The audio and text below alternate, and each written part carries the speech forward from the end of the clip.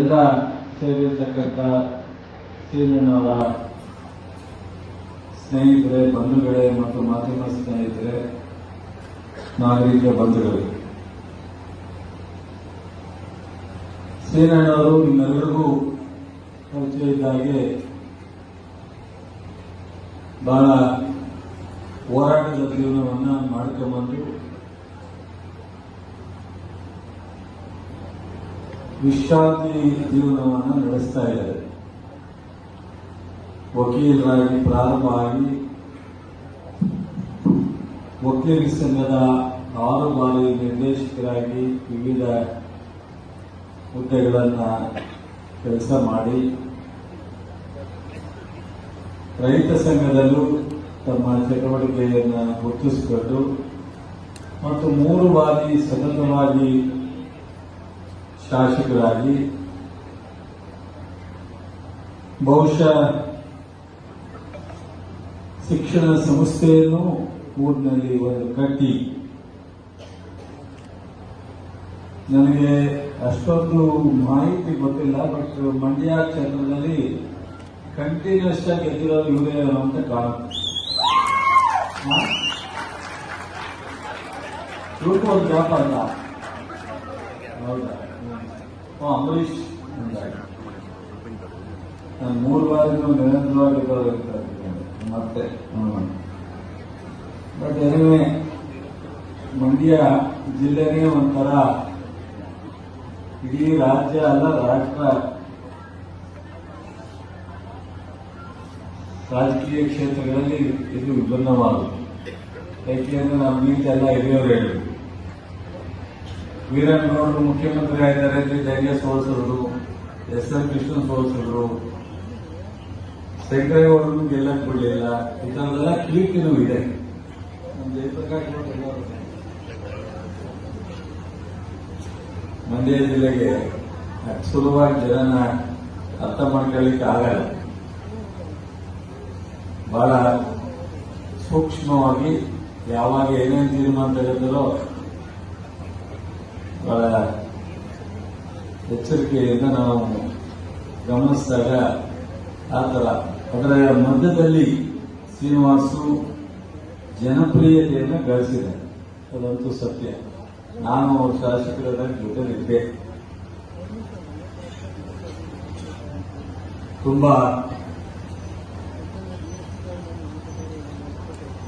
ಶಾಸಕರ ಅವಧಿನಲ್ಲಿ ಬಹುಶಃ ಎಲ್ಲ ಶಾಸಕರ ಬಗ್ಗೆ ಜನ ಅಸಮಾಧಾನ ಕಾಮೆಂಟ್ ಮಾಡ್ತಿದ್ದ ನಾನು ನೋಡಿದ್ದೀನಿ. ನಮ್ಮೆಲ್ಲರ ಬಗ್ಗೆ ನಾನು ಪರ ವಿರೋಧ ಇರ್ತಕ್ಕಂಥದ್ದನ್ನೆಲ್ಲ. ಆ ಶ್ರೀನಿವಾಸ್ ವಿಚಾರದಲ್ಲಿ ಮಾತ್ರ ಎಲ್ಲ ಸಮತೋಲನವಾಗಿ ಎಲ್ಲರೂ, ಅದು ವಿರೋಧ ಪಕ್ಷದವರಾಗಲಿ ಪಕ್ಷದವರಾಗಲಿ ಯಾರೂ ಸಹ ಅಸಮಾಧಾನವನ್ನ ತೋಡಿಕೊಂಡಿದ್ದಂಥದ್ದನ್ನ ನಾನು ಹೆಚ್ಚು ಗಮನಿಸಿಲ್ಲ.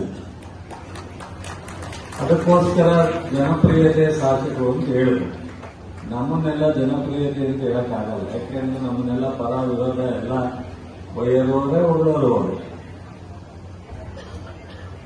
ಹಾಗಾಗಿ ಈ 75 ವರ್ಷ ಸುದೀರ್ಘ ಜೀವನವನ್ನ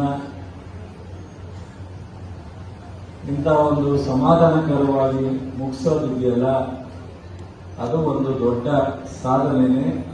ಅದರ ಮಧ್ಯದಲ್ಲಿ ಅನೇಕ ಜನಪರ ಕೆಲಸವನ್ನ, ಜನರ ಸೇವೆಯನ್ನ, ಈ ಕ್ಷೇತ್ರದ ಜನರ ಸೇವೆಯನ್ನ ಮತ್ತು ರಾಜ್ಯ ಮಟ್ಟದಲ್ಲಿ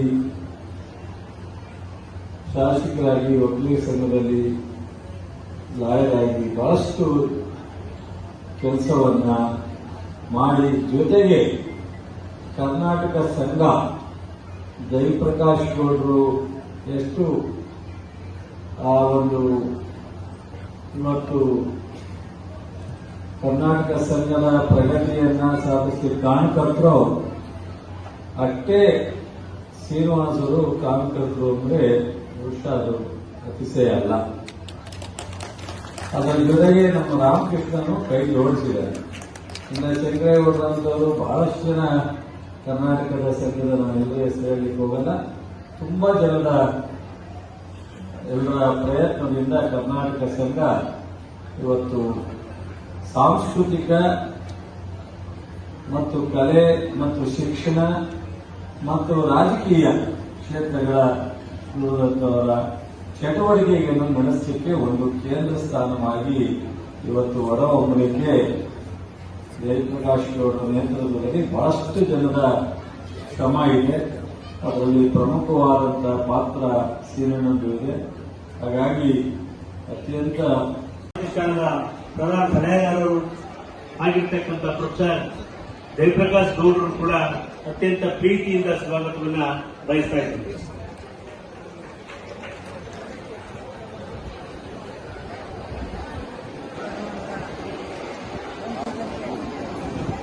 ಹಾಗೆ ಶ್ರೀನಿಧಿ ಪುಸ್ತಕದ ಸಂಪಾದಕರಾಗಿ ಸಬ್ಸ್ಕ್ರೈಬ್ ಬಟನ್ ಮೇಲೆ ಕ್ಲಿಕ್ ಮಾಡಿ ಹಾಗೂ ನಮ್ಮ ಹೊಸ ವಿಡಿಯೋಸ್ ಅಪ್ಲೋಡ್ಗೋಸ್ಕರ ಪಕ್ಕದಲ್ಲಿ ಕಾಣುವ ಬೆಲ್ ಬಟನ್ ನಮ್ಮೆಲ್ಲ ವಿಡಿಯೋಗಳನ್ನ ಲೈಕ್ ಮಾಡಿ, ಶೇರ್ ಮಾಡಿ ಹಾಗೂ ಕಮೆಂಟ್ ಮಾಡಿ.